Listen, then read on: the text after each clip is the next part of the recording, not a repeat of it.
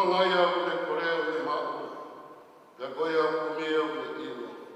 Pea koe au tautuki e to'o kia te ia. Tau kore, mo kumi, mo tuki ki e otua. E tau lotu. Tua ke whaawa mai ai matapa. Ke le tari mua e mau kole. Tuka mua ke mau ino. Ai au mau kumi ki ai. Mau fuafua kumi ki au pure anga. Ma ngai tāpu aki. Ko ke tōna ki mau tolu. Tau kātoanga mua. Ia honi. Manatu mea ia whai. E korisi. Mailefihi Siulikutapu. E wawhai tamai mo e alo. Mo e lau maali e maoni oni. Amen.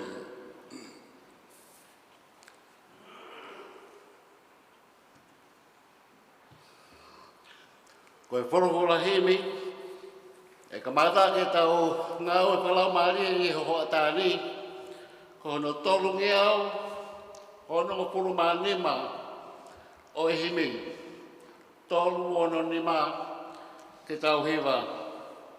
E keu e lero wafe mai, keu hiva ake mua, ai alo ofa kua whai ma aku he o tua.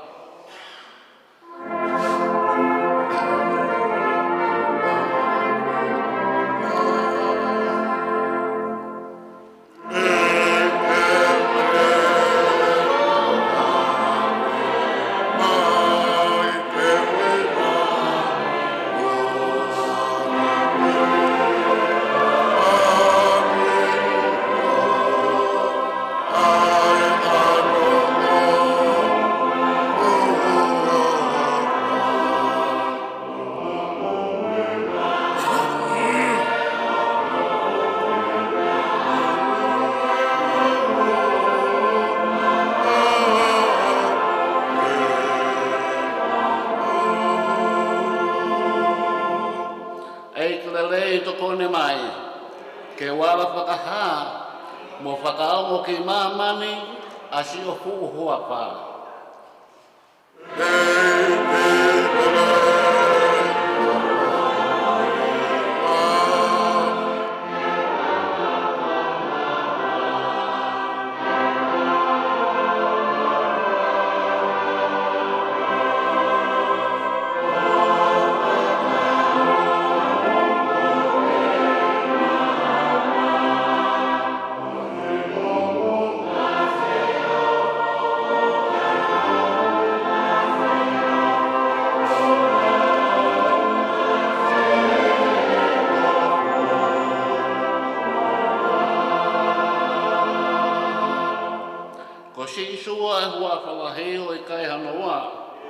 E kai a taha, ka tau, taha ke hunga.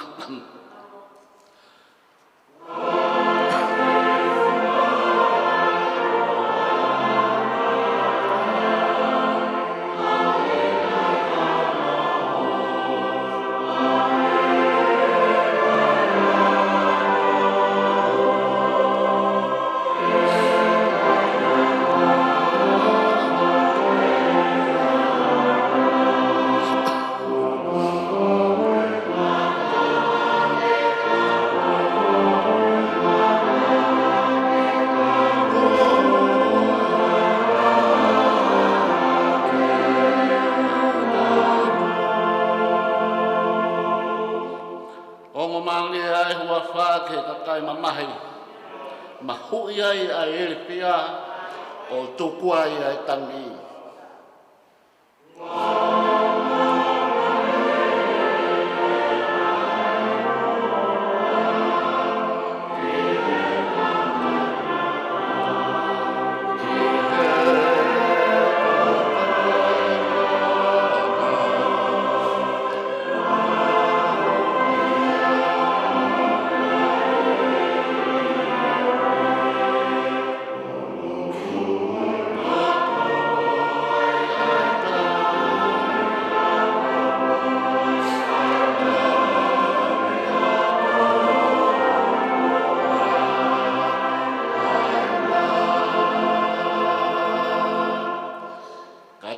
hiwa pakaosa ki pe ai besis ko ni. Whanongo fia ki ai a si kaulo to fo i. He koe to a si suia koe mafi e to koni.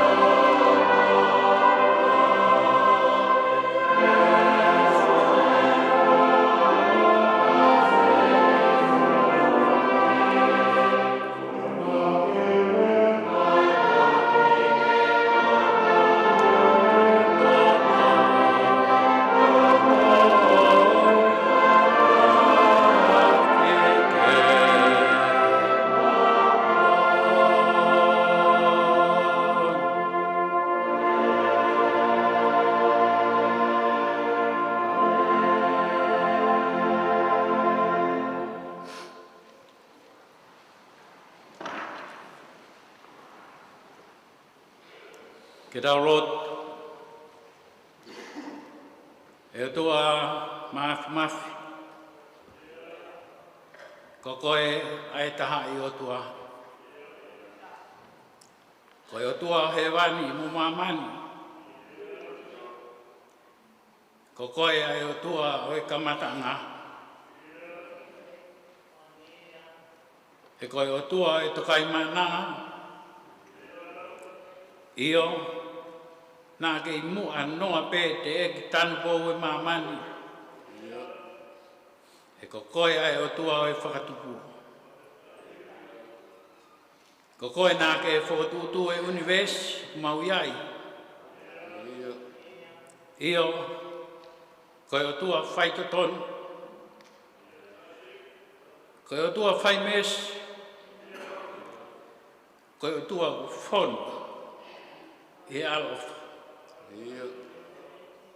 Tamai mau whatau mape e ho fofonga he hawan. O vete whakaau furi ki a te koe e mau ngahi anga hala kotoa pe. E ngahi anga hala whafoi tui. Pe ke ngahi anga hala mau kau whakatokolahi ti ai. Pe mo ngahi anga hala ku nofo lilo i ho mau ngahi loto. Mo ngahi anga hala ko fisiki tua he mau rea. Mo mau ngau. Mo mau tonga mui.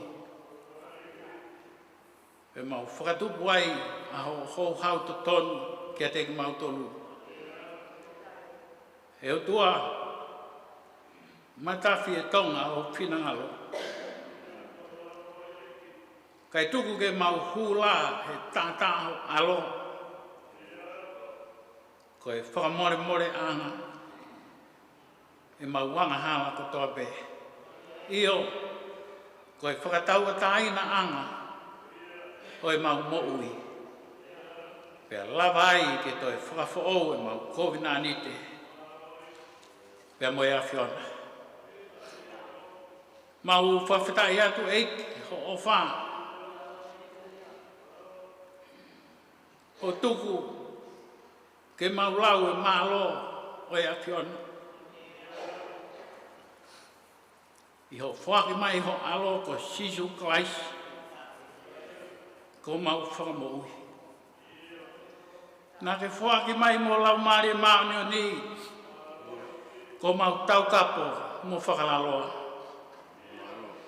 E nā ke whuaki mai mo wholawhala mo ui. Ke hoko koe mea toko ni whi unga. Maho mau lau maari.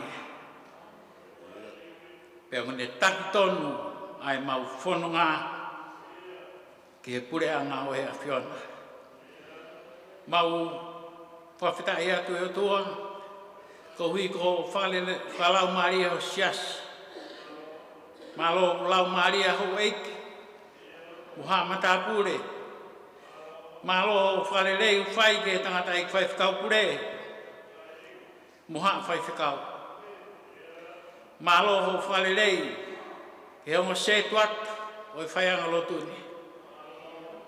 Io, o ma wan he ngahi monu, pe mo ngahi tāpuak, o i ahoni, ko i ofa e o tua. Mau whawhetai eiki ko wi, ko i aho whakakoloa koe.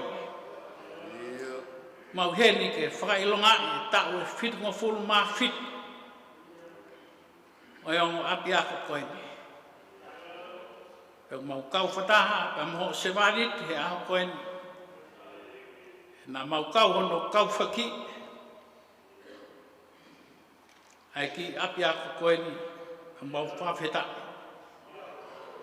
Mau mau e mama, mau mau e ilo, mau mau e ulunga ngā pe mau whawheta i atu eike. He koloa, pe mo e tāpu aki ko mau inasi ai i he a koe ni. Mau huwhi atu, ho siasi he pongpongeni, ai hou eiki moha matapure, ai whaifkau pure moha whaifkau. Ongo se tua tāpa mo siasi, tuku kei laka i monua i pē. E mau ilo i ho mama pe moho moni. Mau huwhi atu a tonga, whanua monu ia. Ai nea whio mohono whare, ke whakamonu ia, honau kuonga. Mau huwhia e paremia, kau minista, mo e hou eiki o e whanua. Ke whakasepita a ki nau tolu, ai whaito tonu pe mo e ofa. E tua mafi, whoki mai e maulotu, o huwhia nusilani, ai kovana senyare, paremia, kau minista, mo kau taki o e whanua, ke kei tū e nau whalala i he awhiona. Mau huwhiat, e kau taki lotu kotoa pē, ke kei whuaki keres ke dek nau tolu, ke nau mo'u i aku, mo Malanga'i, ai kōsperi. Mau huwhiat, o e ngāu e mafa mo mahuinga o e houani, tuki ho lau maari e, ke ne whakatoka ho wholwhola ki ho mauloto. Tua mafi, mau moi atu ki mau tolu mai a whiona. E mau ngāhi mea kotoa. Tare ni ti, whanau, whare pe mo e koloa. Pea ke silai e mau mo'ui ke hoko ko ho mea. Mau whai lotuni, ia sisu kalais ko alo, kako mau whakamo'ui. Amen.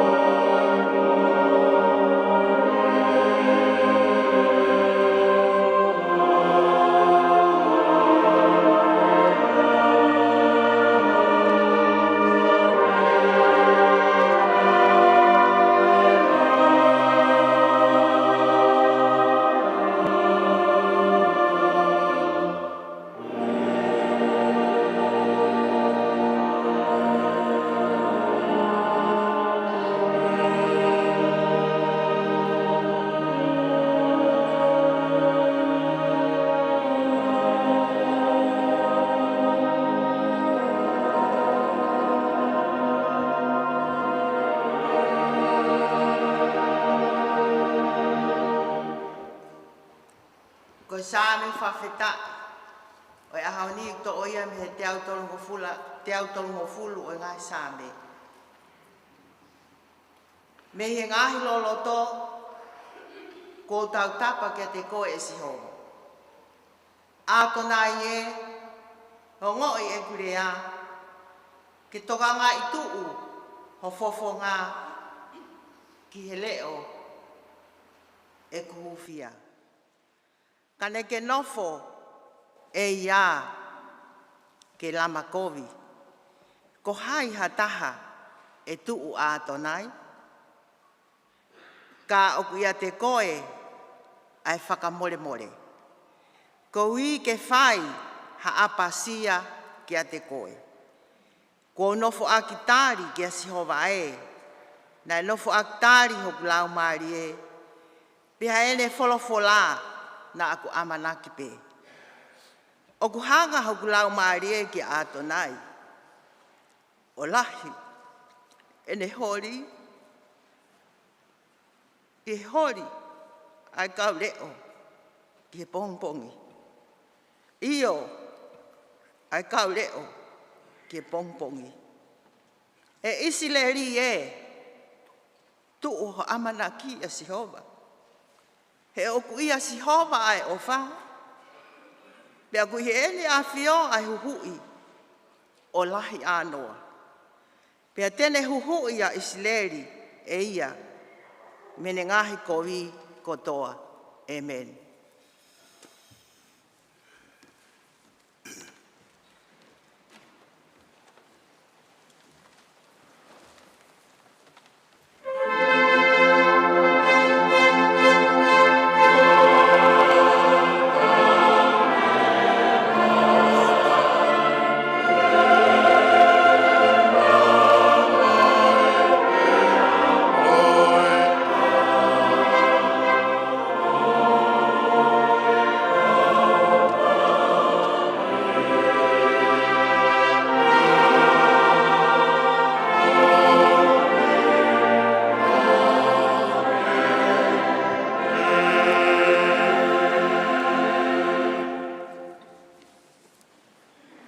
Ke le sone lau maktau tolu he pongpongini.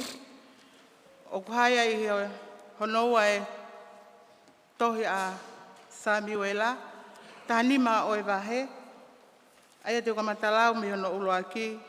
O e vesi o tuki hon tahatolo i konga.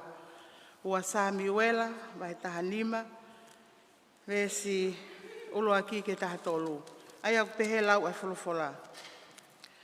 Te hili le vaia, tokua na e mau e Absalome hane saliote, mo whanga hosi, mo toko ni mangofulu, ke lele mua. Te atu hengi a Absalome, o ne tuu i he tawhaakihala o i matani kolo. Te ka ilo ange, o kuai ha tangata o kuiai e ne mea ke whakamau ke he tui. Pe aui kiai e Absalome o ne pehe. Mei he kolo whee koe, te tene tali. Ko ho o tamayo e iki ko au, ko uhau mei he matakali koe o Israeli. Pe e toki peheange Absalome. Aua, o kulelei mo totonu ho o mea. Ka kua ikahi tuuni e he tui hataha ke tari koe. Na elea foki a Absalome o pehe. Tau mai ane whakanofo au ke whahi whakamau i he whonua. Kai hau kia te au ai kakai kotoa o iai e nau mea ke whakatontonu pe whakamau. Te utau ka poi e ne totonu. Pe ka ilo ange foki e unu mai hataha ke whakaapa ki ai. Na ne ala o puke ia o whekita ki ai. Io, na e pehe ai whai a Absalom ki Israeli kotoa na e hau ke whakamau ki he tui. Ko ia na e kai haasi e Absalom ai loto o e kautangata Israeli. Pe ia whai pe a osi ai whango fulu i tau, pe whakatau wholofola Absalome ki he tui. Kau alumua o whakaai i he peloni, ai tuku mo ui na aku whai ki a Sihova. He na e whai e he o tamai o eiki, ko au ha tuku mo ui, lolotonga e kunofo i ke suli silia o pehe. Ka pau e whakawha ko toi omi au e Sihova ki Jerusalema, Teu whai hawhatongia ki a te ia. Pea wholofola ki ai ai tu i. Lelei, alu. Pea ne tu o alu ki he peloni. Kanai whekau atu e Absalome, hakau mataki ki ngahi matakari kotoa o Isleli, mo e whekau ko e ni. Ka mou ka whanongo ki he ifi talupite, mou pehe lewa. Ko Absalome, o kuhau i he peloni. Penai o mo Absalome me Jerusalema hatu unga mea e toko uangi au, na e tala ki ai ai katoa ngā. Kana ana uono a pe, o ikaite na umomoi ilo ai mea. Pe alwa e whekaua Absalome, ke ui mai hono kolo, ko kilo, ai motua, kilo ko ehitofeli. Ko e whalei o te evita, i ene whaia e ngahi whelau lau. Pena e tuu kau-kaua ai whakaua o, pena e whakautu ai pea e tokolahi o i kakai a Absalome. Pea hao hataha o ngongo ki a te evita ke whakaha, tokua ko tō ki a Absalome, ai loto o i tangata Isleli. Amen. Kore kauhiwa ke whātau hiwa whamālo.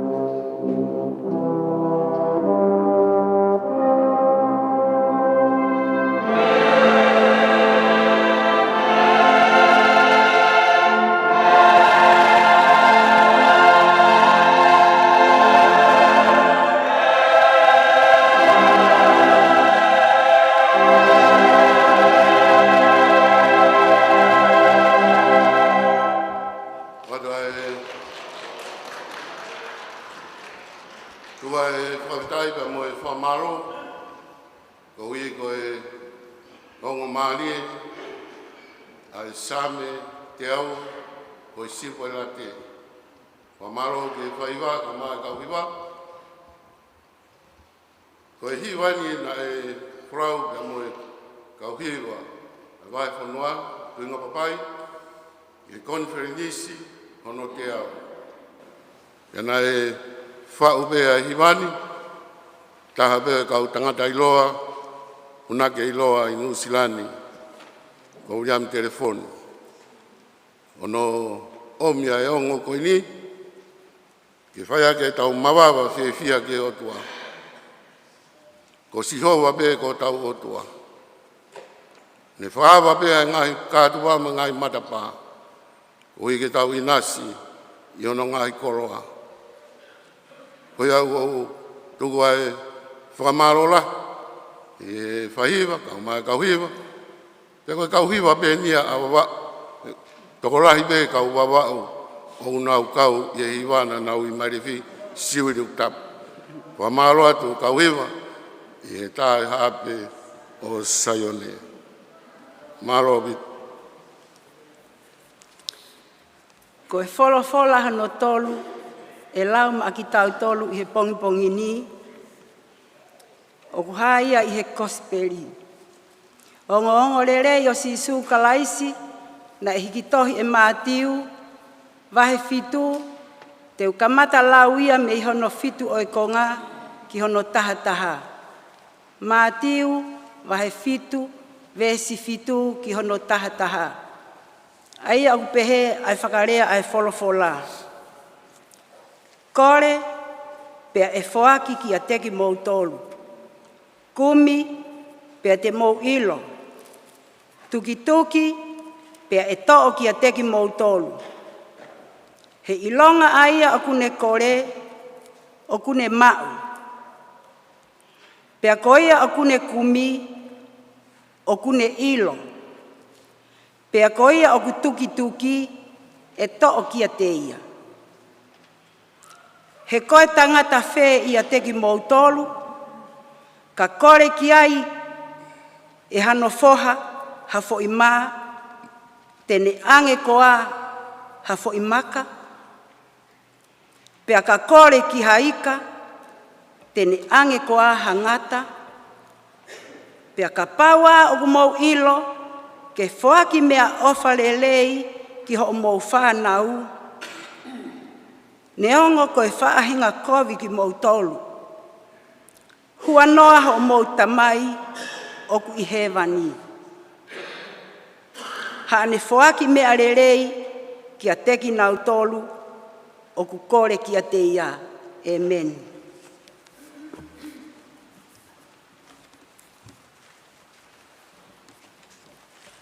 Kore peki lotu i kātoanga whawhitai o honi. Whaia he whaikau atu naisa siare. O kore pe mua ke mo mea kātoa ki o lunga. Tau tū whalongolongo ki mini te taha. Whoki e tau manatu ki he kautō tau, na womi. Ia me i wawa. Koe kautiuta, whana waka. Mori nau mo ui, i he otu mo unga koia o Nusilani. Monu nei ai pēa kau mo ui. I tau kui, whakakau roto, whawhitai ki o tua.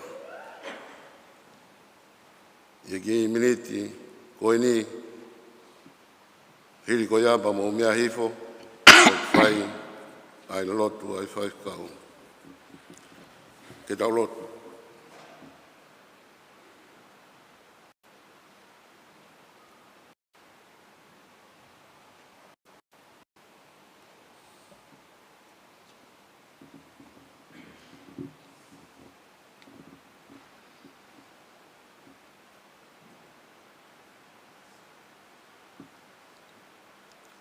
Marobit, mo mea hifo.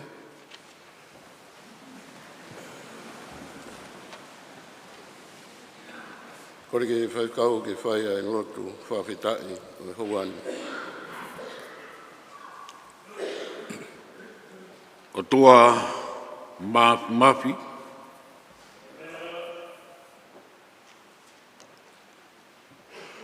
Koe mauta mai. Whonu he whakamore more.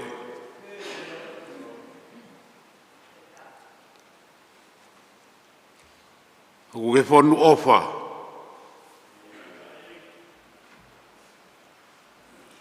He ko koe pe ho mau huhu i.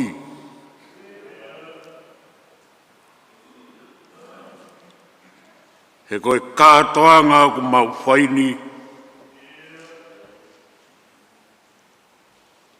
Koe kātoanga me hoi whawheta.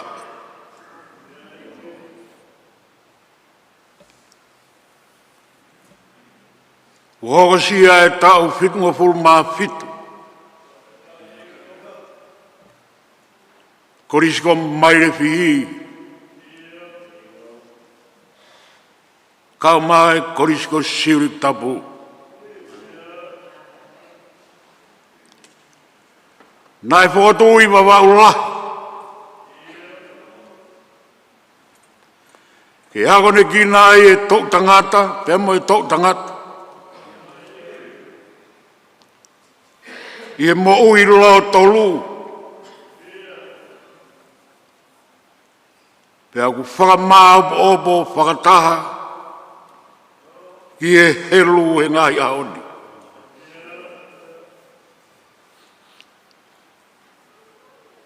Koe whinangalo pe ia e a Fiona.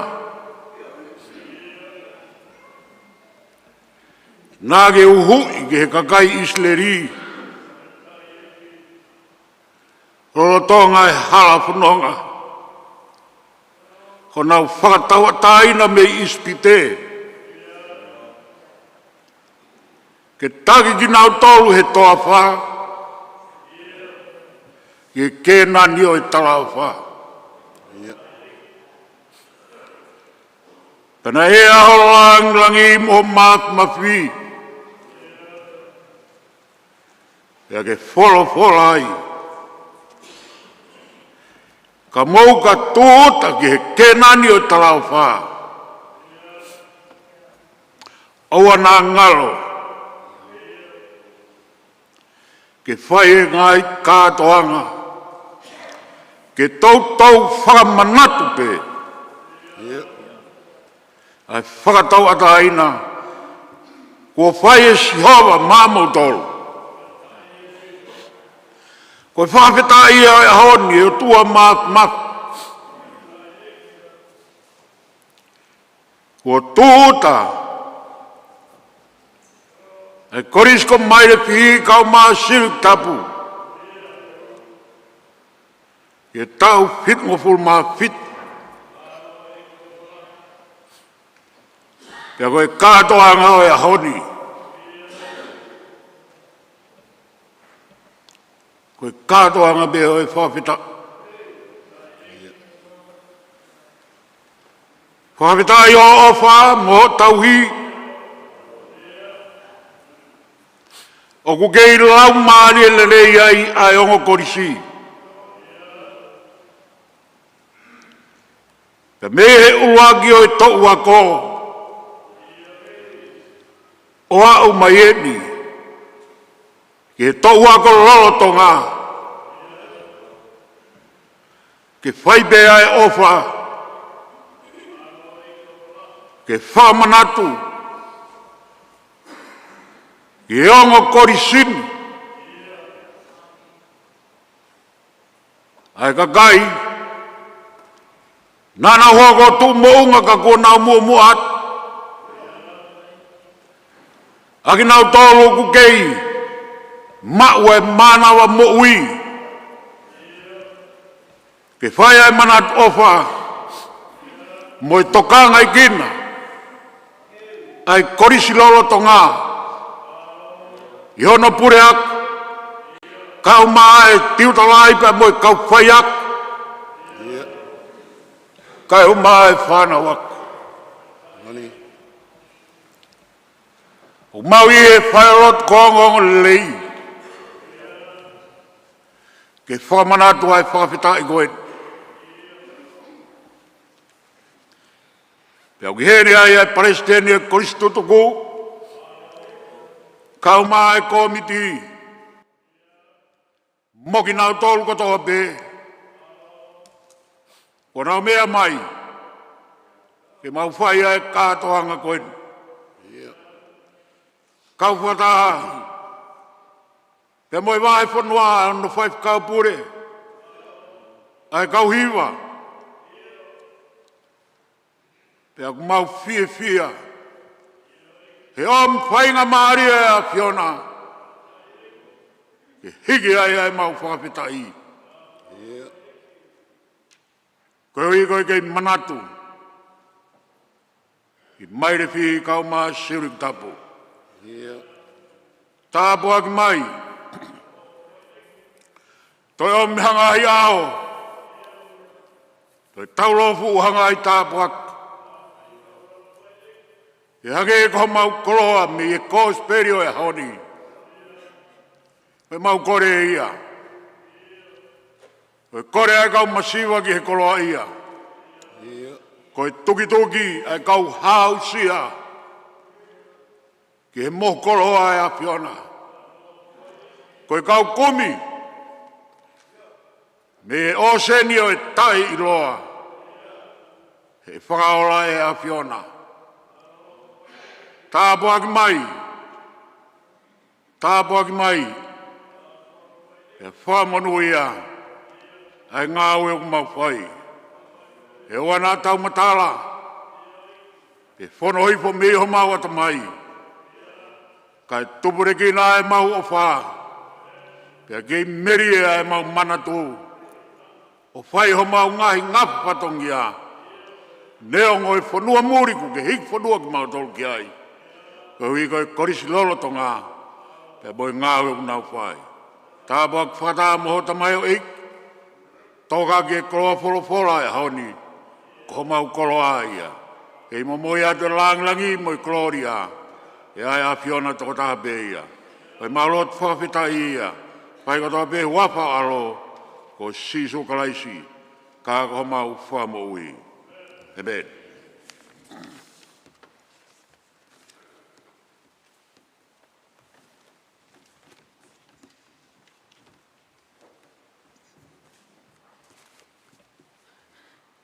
Ko e ni mangi au fitungo fulu e wholawhalahimi, ke mo kātake o mea hake tauhiwa. Nima fitu noa. Sisu ko koe pe, koe mama monia. Whahinga poto kehe, ko huelo ia.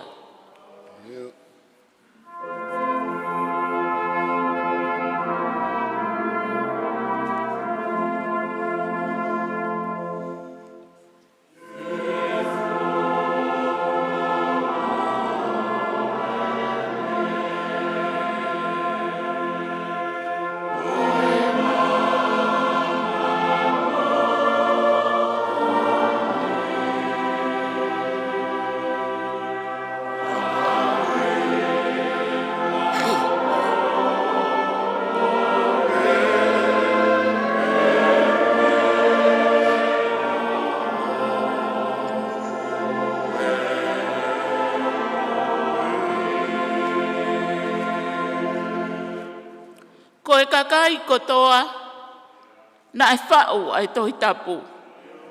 Nau mau pe mei he a Fiona, ai mea ne nau a au.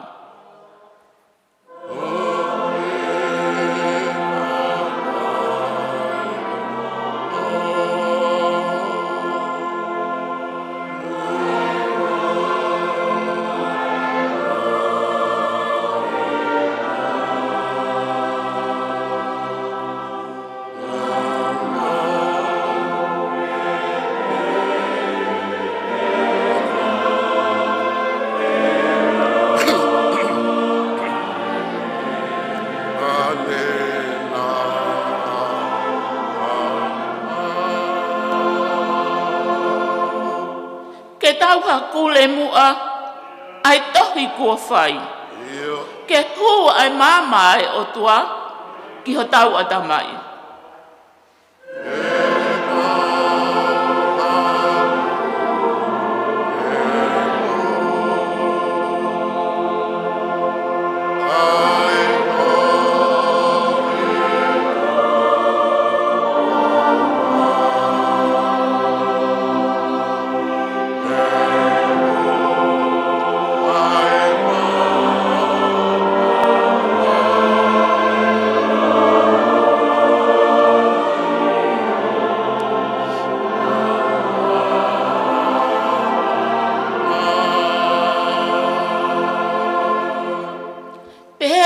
Tautali, ai iwi o e tohi.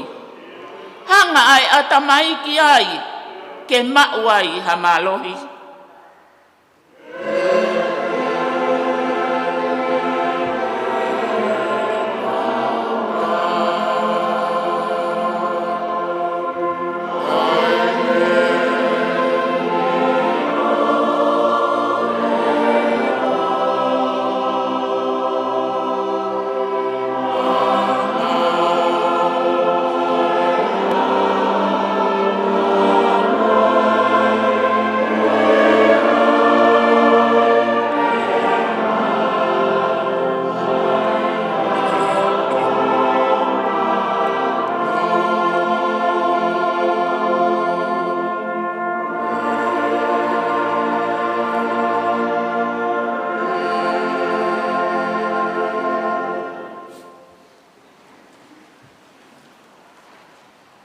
Tapia moe a whio, ai otua, i o tau loto o tonga, kau mai, whare lotu, ongo lelei, o tuinga papai. Tapu ki a haueki. Mawhiu i ke roto. Putui huo. Mapu i tarau. Kau maha matapure. Tapu ki kau whaiwhikau. Kau setuat. Tapu ki President. Oi kau dah tutuku. Mailefihi Siulikutapu. Sekretari kau maha komiti.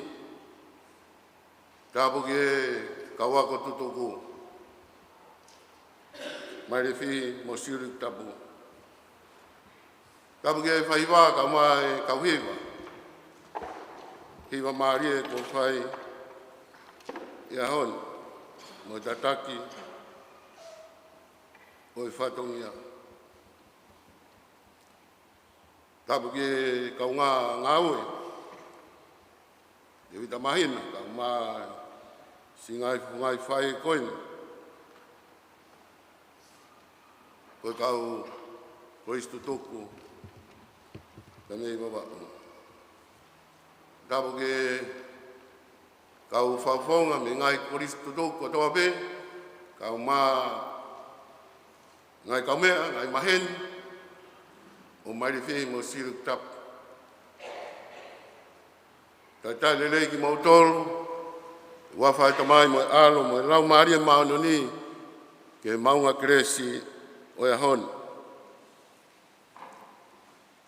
Tangata e te au, tangata he kai whai mua, ha pou, matau tolu, ia hon. Ka honi ko e aho e kātoanga, whamanatu o e tau whitunga furu ma whitu nai. Taru mano whakatuu, ai ako angani. E ai beho no ngahi liliu mo no ngahi whakafoou. O au mai ke ahoni tau kāto ngai ai tau whitunga furu ma whitu. Koe tāpua kia e tau hilotu kau mai tau hiako o tau whai. Potu au whorau manako uloto ke whai mea tau poupou i he pongpongini ko kōsperi pe koia nei lau. I ngai re soni e tolu koe ni, koe to'o bea me tohi whakawhia ngai, ai siasi. Whai ai tau whalau lau loto, whalau maari e aho kotobe. Koe Gospel Sisu Christ, no hito he Matthew, fitu koia e wahe, pia kuia ia vesi hong full mataha. Pia koe whakarea koia e apostolo ne pehe.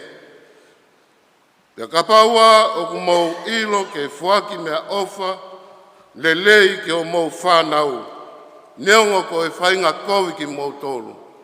Hua noa.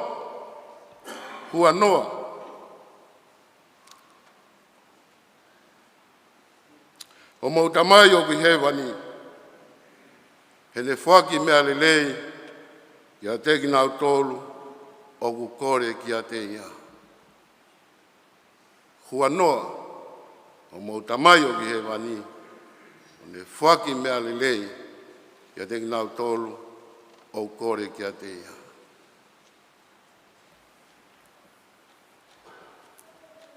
Koe kawe inga Malanga'i. Koe hae tau mea ofa lelei taha. Mai ako anga. Ai ako anga koe nung tau ofa ai. Nai whai ai ho tau teu i. Mehe kamata anga. Koe pōrea ka te tau tolu. Kau Kristo tuku. Koe hae tau mea ofa le lei taha te tau ara fuak. I ako anga. Nani toko ni ki tau tolu i hala whanonga. Whamaro ki e lotu lei. Whai e whaifkau. Taki mamata ki tau tolu ke whanonga koia nei whai isteri e toa wha. E na wau ki e whanua e tarau wha. Gospel a honi ko gospel te peu tau mahen moi.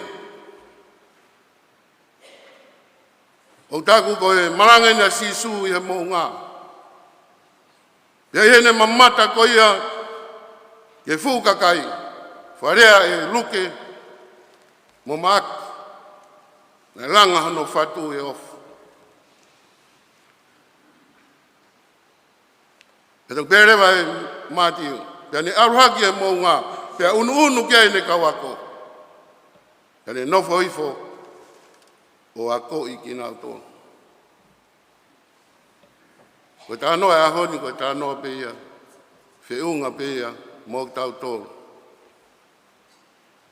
He kia e whaiako, o kia i mono kawako. O tau mai koe aki he ahoni, taramai, whakamāpua po ia o e maranga ko ia e mo ngā.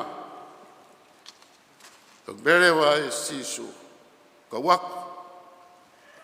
Pawena whanongo ki aiga mo e fukakai. Kore. Kum. Ia ke tuki tuki. Ia koe otua. Aia koe tau tamai ko ia o ki he mani. Tene fuaki. Tene whakahino-hino, tene whakaawa ai matapā. Ko hika ke inasi, e ngai tāpua ki ko ia ai otua. Mo mea beko tau huu ki loke ako, tau wako ai ki whaunga. Hono veteki haki fōi e kuasi pe kua fōi paruparema. Pe au tau wako mauloto e ngai whaunga ko ia. Mea ibeia he kau whai ako. Tau whiwhia ki ene pure ako, Malolo, Siulikutapu, Mailefihi Siulikutapu. Mau kaunga whai ako, tiuta. Taiwa whitu ono, apitanga. Ailangi. Mau nau tolu, mau kaunga ngaue, e aho koia. O whātaa pe, i ta wako ke whangi whaunga koe te tau lava ai o sorowa e whangi Paroparema ko ia, i he fika, i he ingirisi, i he siokaraf, historia. O au ai bege sainisi. Hanga e kau whai ako, whaino hino ki tau tolu, i he silapa, ko i ke tau lava, o whai e ki ngau e ko ia. Mo mea ipe, o se tau si. Pea koe,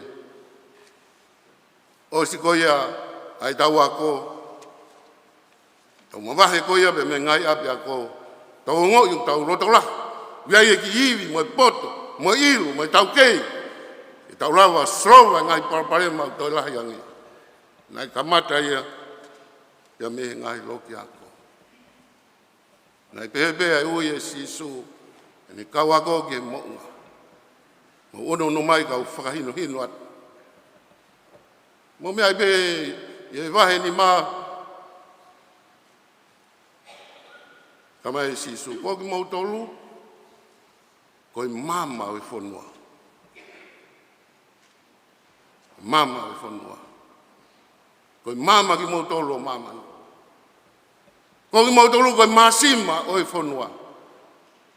Ai kau ako, i taimi ko ia, e mau tutuku atu ai o whai, ai ngahi whatongia, kia mau ngahi ngāo. Ia koe tāpua kia, kia te tau tō.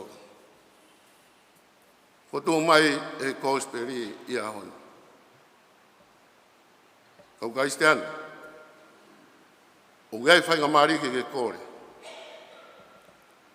O gai whainga maari ke kumi, o gai whainga maari ke tukutuki. I longa ki nau tolu, o kore te nau ma. E whaki kia te ki nau tolu kumi, te nau ma ua mea koia u nau hauri ki ai. Nau tolu koia u tuki toki, e whakaawa ai matapa. Whakaawa ai matapa.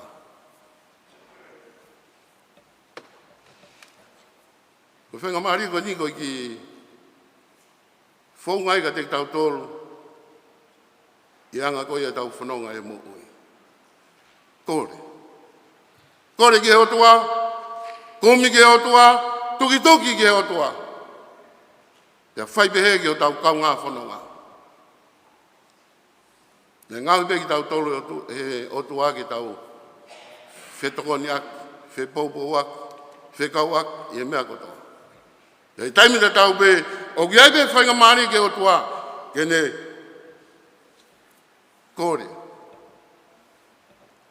Mea te koe. Moa. O gai whainga maari ke o toa ke kumi mai. Kia te koe, kumi mai kia tia. O gai whainga maari e, tara mai une tu. E kaumata pā une tuki. I ronga ia tene whakawa, mata pā una roto. Te uhu atu ki ai. E te ukai o mohe moia. Koi au tau whekau aki. Ko ngai kupu whekau aki. Tara mai au tau nofo be i he kolo be taha, whanua be taha. A maman katoa. Au tau whekau aki. I a honi, i ngai mea la. We live in a crippled village.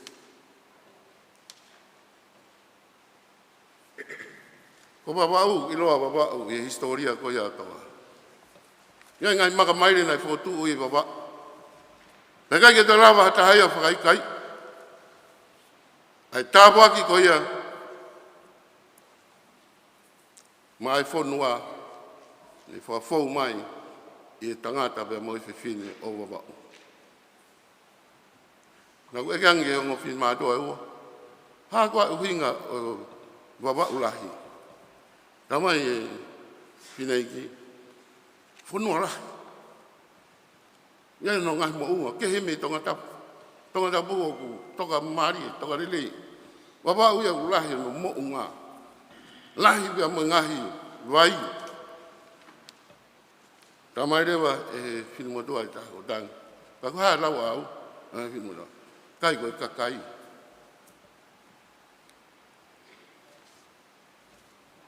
Koe kakai, koe au rahi. Ko nau roto kula. Ko nau mawhana kula. Ko nau koto kula. Ia ulahi e mea kotoa peia. Ia uire vai ko waula. Ia ka naku a whaka ofa. Tarawou hoi hoi fua. Au toi lahi pe moia. Au pepe tangata ia. Ia moi whiwhine wawau. Tāku kai koe mo ngā moe. Tahi. Ka koe tangata moi whiwhine. Mailefihi Siulikutapu. Lahi. Ai mea kotoa pe. Tāko mea kui koe wawau.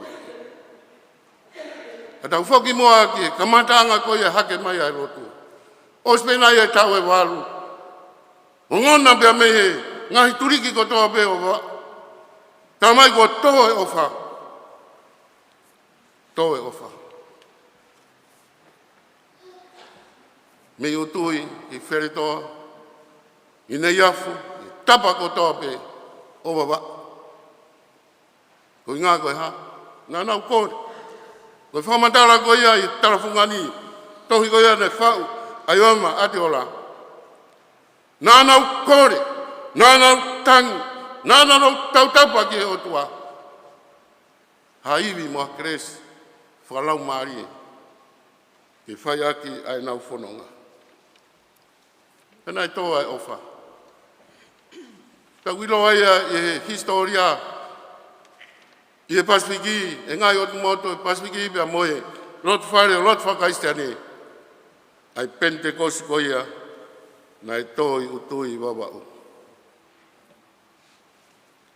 Tau moni pe lau ai whiwhine.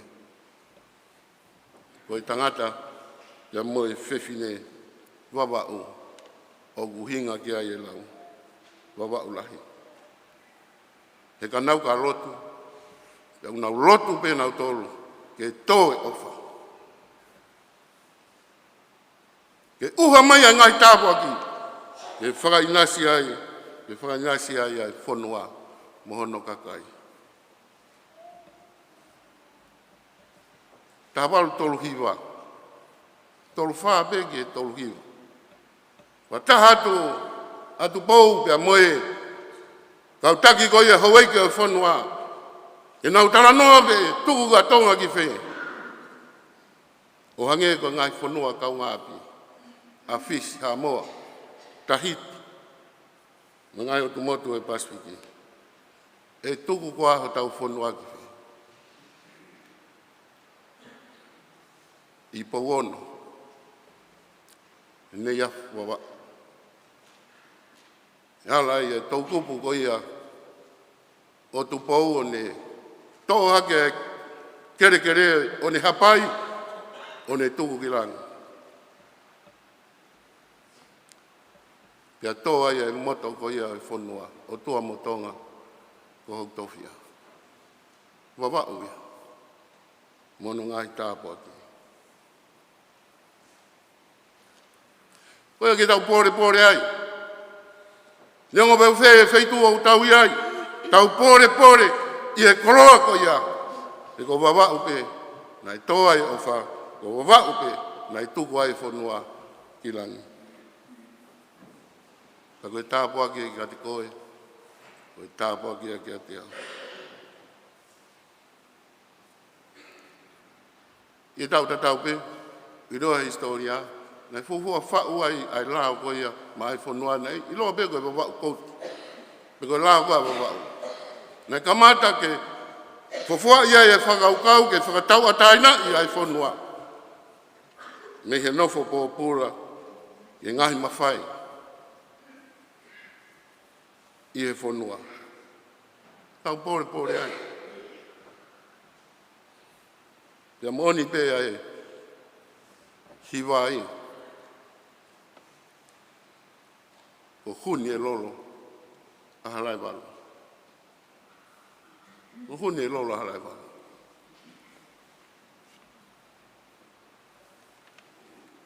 Hako ia kau kaiwai, e mei franse, pa mo kau pātere, tawalu ni mangofulu tupu nai, whangofulu ke ni mangofulu, te nau mamata koe ke tauranga koe ia.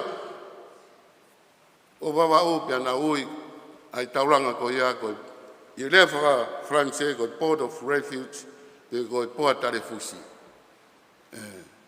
Pea nau ui ai ki foi tauranga ko ia o baba u ko tauranga u te ko tauranga poa tare fusi. Mo mea i be ta noa ko historia. Ko ia upe he ai tau whewhia. He koe kakai, nā nau, mo ui aku, ai kore, mo i tautapu, pea mo i whenga ke whaka awa ange ai ngā tāpua ki, ko i ka inasi ai taha kotoa pe.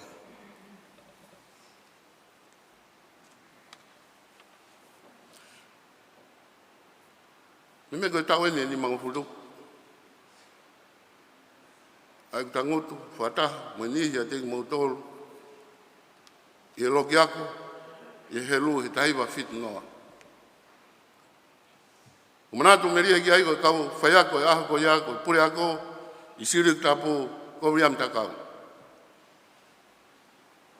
Nebe a riam wha Israeli haraufia. Nebe ba moe lire, bea mo ofeina, bea pehe ki kau tiuta aho ko i ako. Nei fufua e mama, o ako. Taimina tau weu puri ako a karis whanua i Mailefihi. Ka ko kamata ni ke whakatahai, ai ngai karas koe ki olunga. Karasi tahataha, ma karasi tahaua. Pea koe karas koe ki lalo, nau kei nofo pe i arepea, i Siulikutapu, nofo e i Mailefihi. I Watalu.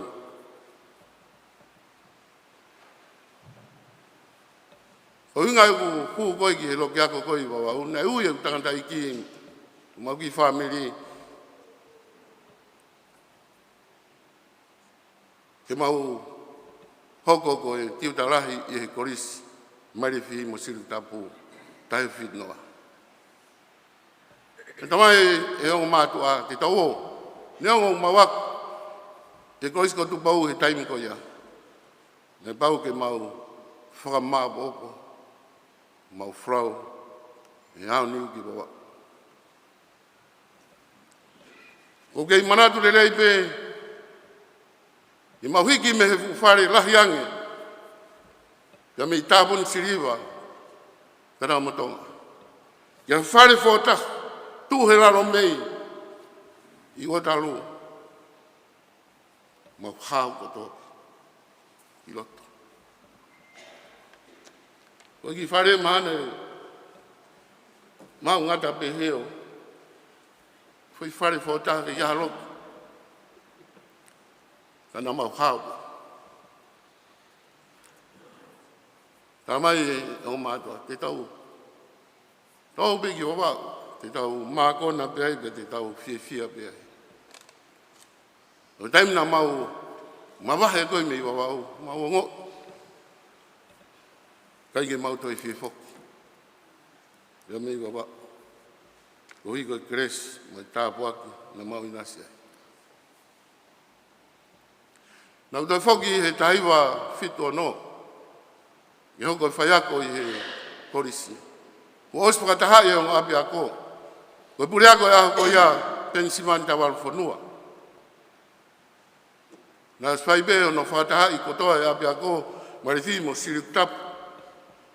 Wapufua nai ke fit whaa, e taime o sione alo whakahua. Nei kei hoko ataipe e ngāwe a ongo mātua. Kau ngā ngāwe mo apitanga. Timo te moala. Korita kau. O ke iai be a Israeli haraufia. Ke iai be mo uriami whaa. O kei manatu le lei pe e mau. Whotu e mau ki karapo kirikiti. Pea iai foi awe taha, tako naki. Te kai mai pulu kwa nau taha. Ha pulu tau ni ma. Pea koi talu ai pe, ai marolo, pea mehe vai ngā kirikiti. Kai hoko atu pe apitanga. Unau tolu ko ia, e timi ko ia Mailefihi. E tui mahami, nea tau fui marohi, he nai lele yangi ngai timi ko e, ya me ngai kolo ke he. Nai beo no kau tiuta i he, Mailefihi Siulikutapu, nai bea lire, o feina, o gai ba moe toko tahau, siasi o tala, sentira, ya moe kau fefine, vika ma, kau ma, nai ua vika, mo nau tolu, na mau kau ngā ue i e taimi ko ia. O tui, nai be toko lahi kau fine ko i ni, na mau kau ngā ue, pe koe kau ngā aku. Ia be mo ni ia mo tolu i lotu, na ukau i he tokoni atu, ke whakainuhino ki mo tolu hangei, ko re soni ko ia o e ahoni. Ke mo poto he kore, mo poto he kumi, ke a poto he tuki. Ko hi, e koe tā puaki e, puaki mai o tua mandau toa.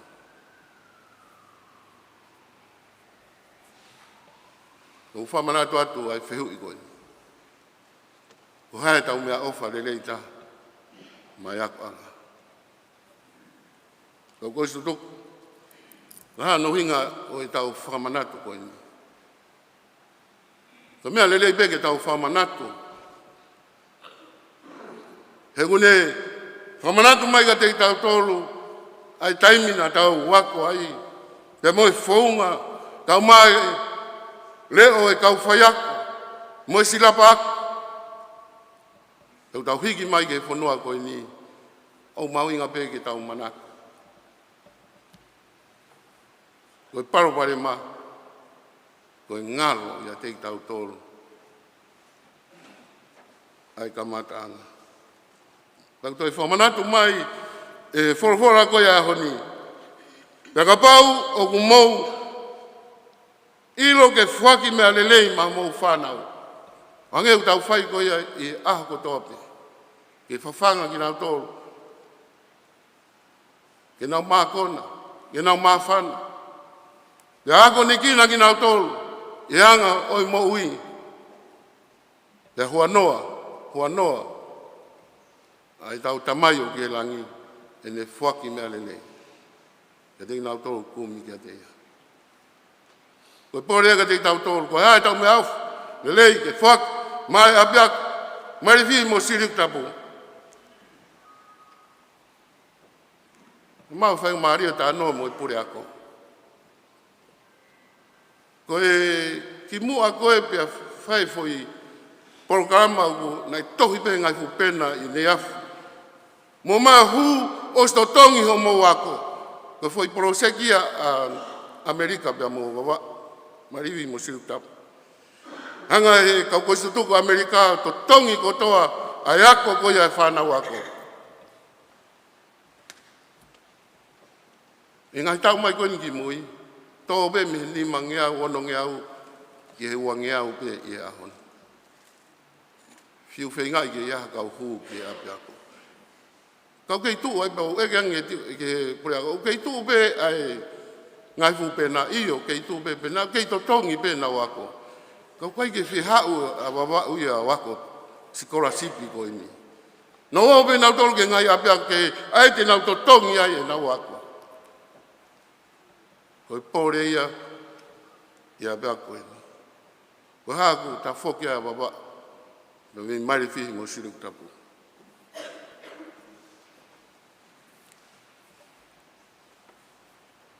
Koe gange, ne aha whetu take atu a Nusila. Weanga pē, ai whakau kau. Ta mai e bore ako, tua taha pē tohi maa Nusila. Pea tālu ai kai ki peke toi whai hatokanga mai.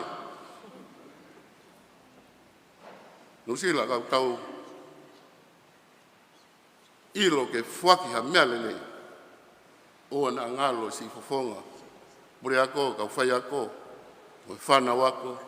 Mailefihi Siulikutapu.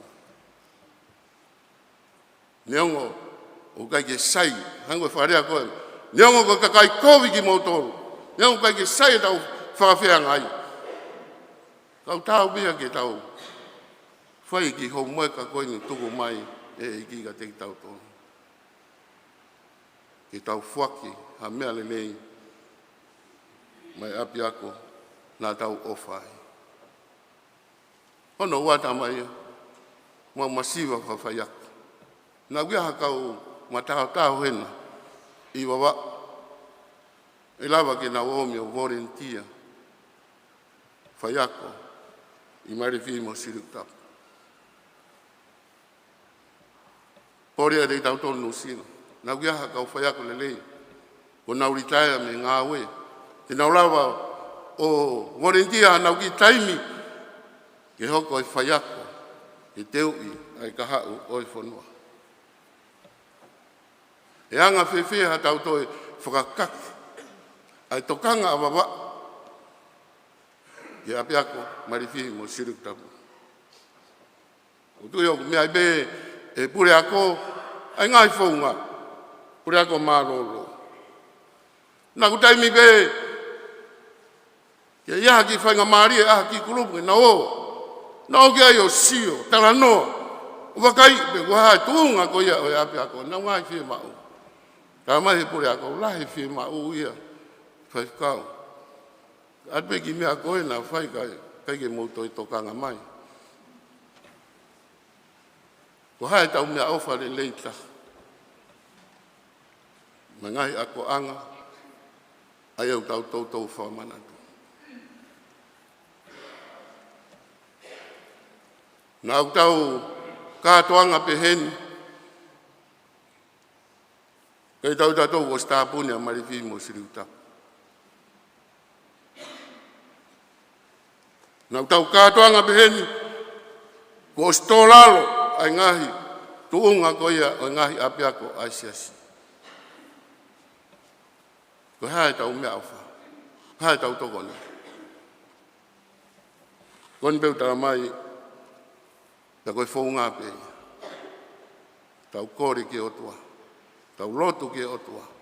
Tau tapa ki otua. Tau kumi ki he whinangalo ko ia otua. Pea tau tuki tuki ki ai. Ke whakawa ai matapa. Hui ka whakatafi ai. Ai tāpua ki. Ke inasi ai. O tau kakai unau kei tauhi. Unau kei tauhi. Ko tau api ako i loto nei afu. O kei huni pe lolo harai walu. Ke tangata mo i whewhine. Waba. Perea e maheni mo tau tolu ko waba u. Ko i whata o mawhana. Ka pau o mawhana ko tau loto. Mo tau lau maari. O hange ko ia au sia i sisu. Ene mamata ko ia.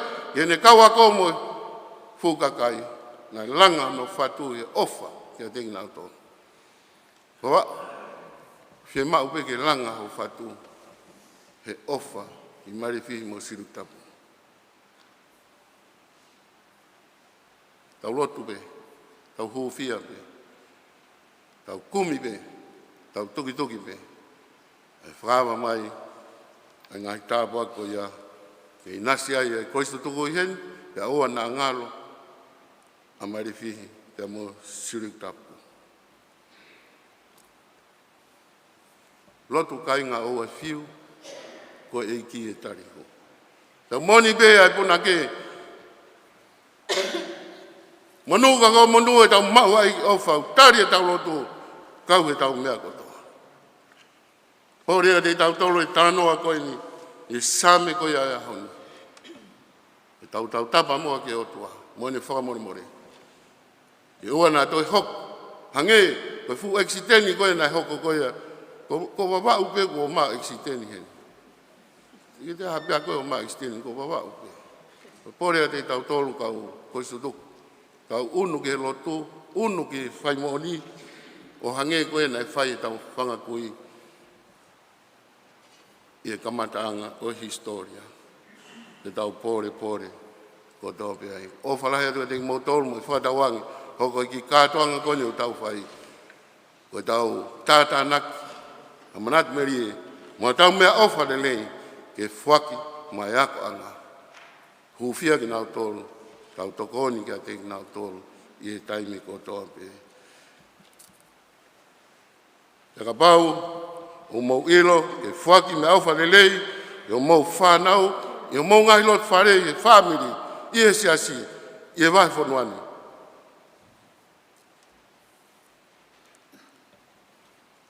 Hua noa. Hua noa e tau tamai o ke he wani. Aine fuaki mea ni nei.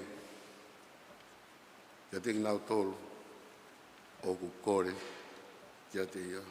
Amen.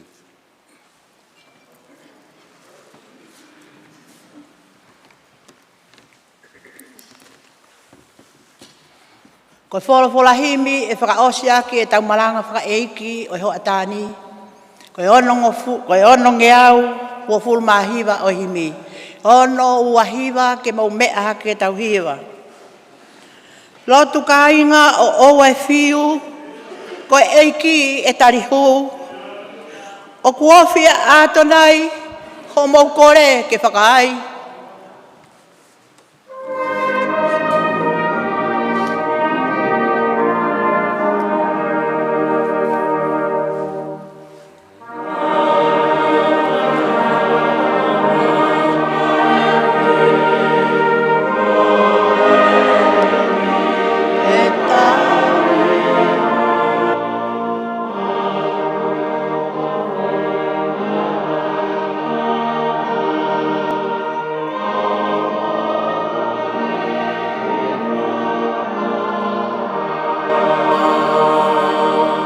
Lotu ka inga he mea kotoa, ko si hova e whanongoa. Whaingo fua pe whainga taa, lotu ai pe o tae tālaa. Ka inga he mea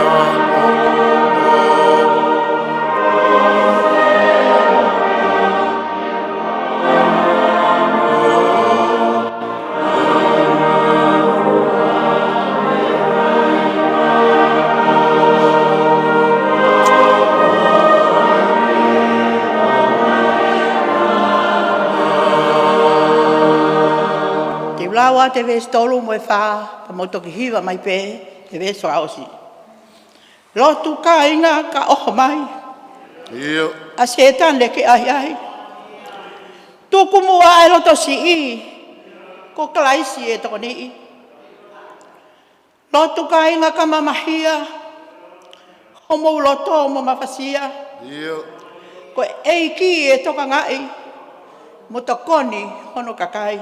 Iyo. Ves whakausi, lotu ka inga o tae tūkua, tui ai pēki ho toa. Iyo. Pau ke maone he mea kotoa, ka e tū mau pe, ai whola.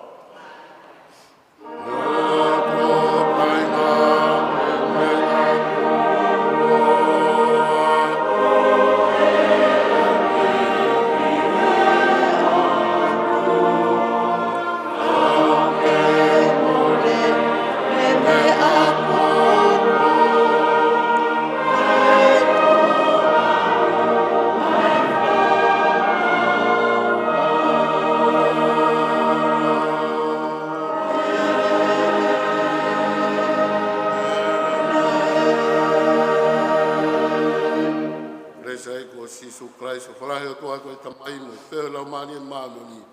Ke ia te tau tōl, ko toa pe ia, kai ngata pia kai ngata. Amen. Amen.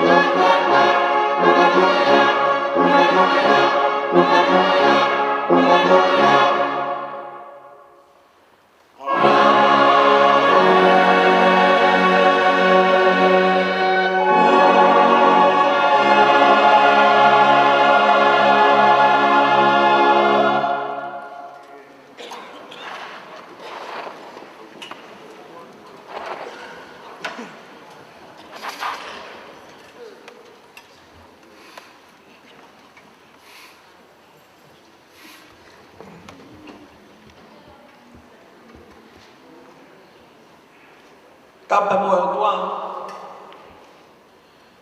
Ko le mo ke o mal e tala faki ko kakato. Le me tu nga. Ka fai ate ki whakamalo ko en. Ata ko te tau whakataha. Og tau whawhitai ki atua maafi. Ka tau lama e honi. Ma tā whangau kua tā. Lala pea na tula, pea whainga maari e mea katoa. Pea kumooni e lawa e wholwhalanko e aho eni, nai ngahi i sihowa. Ko e aho, pe tau whiawhia, pe tau haka ai whoki. Ko kore pe mua ke tuku atu ai ki whakamalo lalo ko eni, ula ki pē ki tangata eik whaiwhikau pule. Whaiwhikau muri a tiola. Ko ui ko e tala whakatau lama ko tau whanongo ki ai i ahoni. O ku i kai halolo tonga le rei mo whiunga. Ka pauna i kai hauma. Nai whai e fua o e ngahi whatunga i e kohiri. Pea kou kau au whai whikau i he whia lahi. I ho tuku mai ke tau whanonga i he hala o e manatu. Ki he taimi nā mō whakautu ai ki I whare ko e nā. Lawe I pēwhine mō tuani e nā kui kei wamau pē taimi ko ia. Ka nai me I kai I halolotonga le ange ka pauna I kai hakau toa o I kōhiri. Ke nā umataha he whai o e whatungia koe kau he tangata iki. Whai whikau, kai o māki nāu tolu ko nāu hoko atu. Koe a kōpū ke whamalo koe ni, ke whafonga te koe stutuku, whai whikau, malo ai whakatau lama lelei, tuku tala whakau whaofa, ke oa nā tau au, ke he moko lelei o e whunga mo ngā. Pea ngalo ia ki tau tolu, ai loto terea. Pea koe uhinga ea o e ahoni, o kui kai ke tau o mpewa wa ulahi ke whakapusi e tau whiawhia. Kau tau whanonga, I he ki I fwoi reini ko hi au manatu me rie. He koe mea tuku ai ki tau tolu e o tua I he ahoni. Tūnga koe ni. Whai whikau malo au pito, loto whie maari e ke whai e tuku tala o e ahoni, pea kutuha pēa e tala, pea moe o ngō ngā o e aho. Pea koutuyu ke whakalotrahi ki tau tolu, ke ona tau whai he iwi he tangata, e kuia āto nai o tau matawai. Ka mālo whoki, tangata I whai whikau mō, whie maari ke tuku mai ho mō koloa. Ke tau whie maari ai mō whie ai he ahoni, ai whakamanatu o e aho, whalotu kai o mai ho lo, o ku hounga ke whine motuani, kai o mai ka waka tutuku. Ho mō ofa ko ia. Ko hua whakamalo ko whakampe ke lawe ia ki whakamalo si I pe mono no ke purehi wā. Ka o maa ai whaihi wā kau I whi mo e kau hiwa eiki o e ahone. Hufanga he whakatapu. Nā ki asteleria na ea tangata papalangi. Nā e ho wāre pe au ku hao pe he mai. You know, Mele, one of the things I wish I could do is to eat the throats of the Tongan people. Pau o wāre pe rea pa pālangi u whāwhatapu, whaamke u kai mai hu whāwhatapu ai monga o ka kai tonga. Pa koe tae ne uhi ngā, koe tau poto hiwa. Na kei te aha ne uhi ngā ana. He koe toko lahi o ka kai tonga, unau hiwa ta e a ko I pe ki nā tolu ia. He koe uhi koe tare niti mo tu whakanga, whaka eiki ai o tua, ko whakateu ngā ki mo tolu kau hiwa e honi. Pea ku lang ia, pea ku eiki sia ai a honi, koe uhi ko mo I heni. Ngā ea ko mo hiwa, he tala e hai, nā mō tae kalu se whai, he ako hiwa. Ka mō ave, ai whiohi anga, ke hangeha whisi I mai o e nā wā, ai au mai ho mōle o whanguna ai loto, ke au ke māwhana. Pea kou whamalo lahi ai ka ki mō tō, o mō loto whie mārie, mō loto lelei, ke tuku ho mō taimi, ka mō toi mea mai he ahoni, o whataki e whatongia mahu inga koe ni, pea kou mō whanguna ai māwhana makehe mo e merie makehe o e ahoni, pea aku mooni pe wholwhola, te aku I kai ko hapotu ke heni. Koe potu eni o ki heni ho tau atua. Tari mua e whamalo koe ni. O ko atu e mi he tau takere e loto e whine motu ani. Ako ke tataki e kau tako eni. Kai o maa ai kau aka tutuku. Ka pau I kai ke mou kau I he koris tutuku. O toko lahi ange holo I he kau mea koe whare lotu ni he tuu koe he taimini. Pek mahalo koe konga pea o e pehe awawau. Ka kou kore atu ke ki lepa pe mua. O si pe whakataha ai kau koris tutuku. Pa te tau whenga rewa ke tau o whakaao ngā isi o nau kakawa. Mo ka tak mua kai o te mō Mātuku atu ka pau mo a tāpe. Hiri koe ni te tau hoko ki holo. Pea pēk whakawhei. Ai whai whikau ka koe koristu tuku pē ia mo e tiuta tu tuku. Tau whakaosi ho tau hua. Ki he loto holo po iai ai kau whiwhine ia. Koe whamalo lahi ka ki mautol mo e. Whakataulanga pea kou tui ko tau whanonga I loto moana lelei. Pea kou kore at kau koristu tuku mo unu mai peki moan ke tau ki whakataha nou. O e toi ai ke lolo ai whakataha, koe kia whakataha e wawa o pehe. Tuku wha e ke, mo unu mai ki muan, tau whakataha nou, ka tau o ki tau tolu ki he kai. Malo au pita.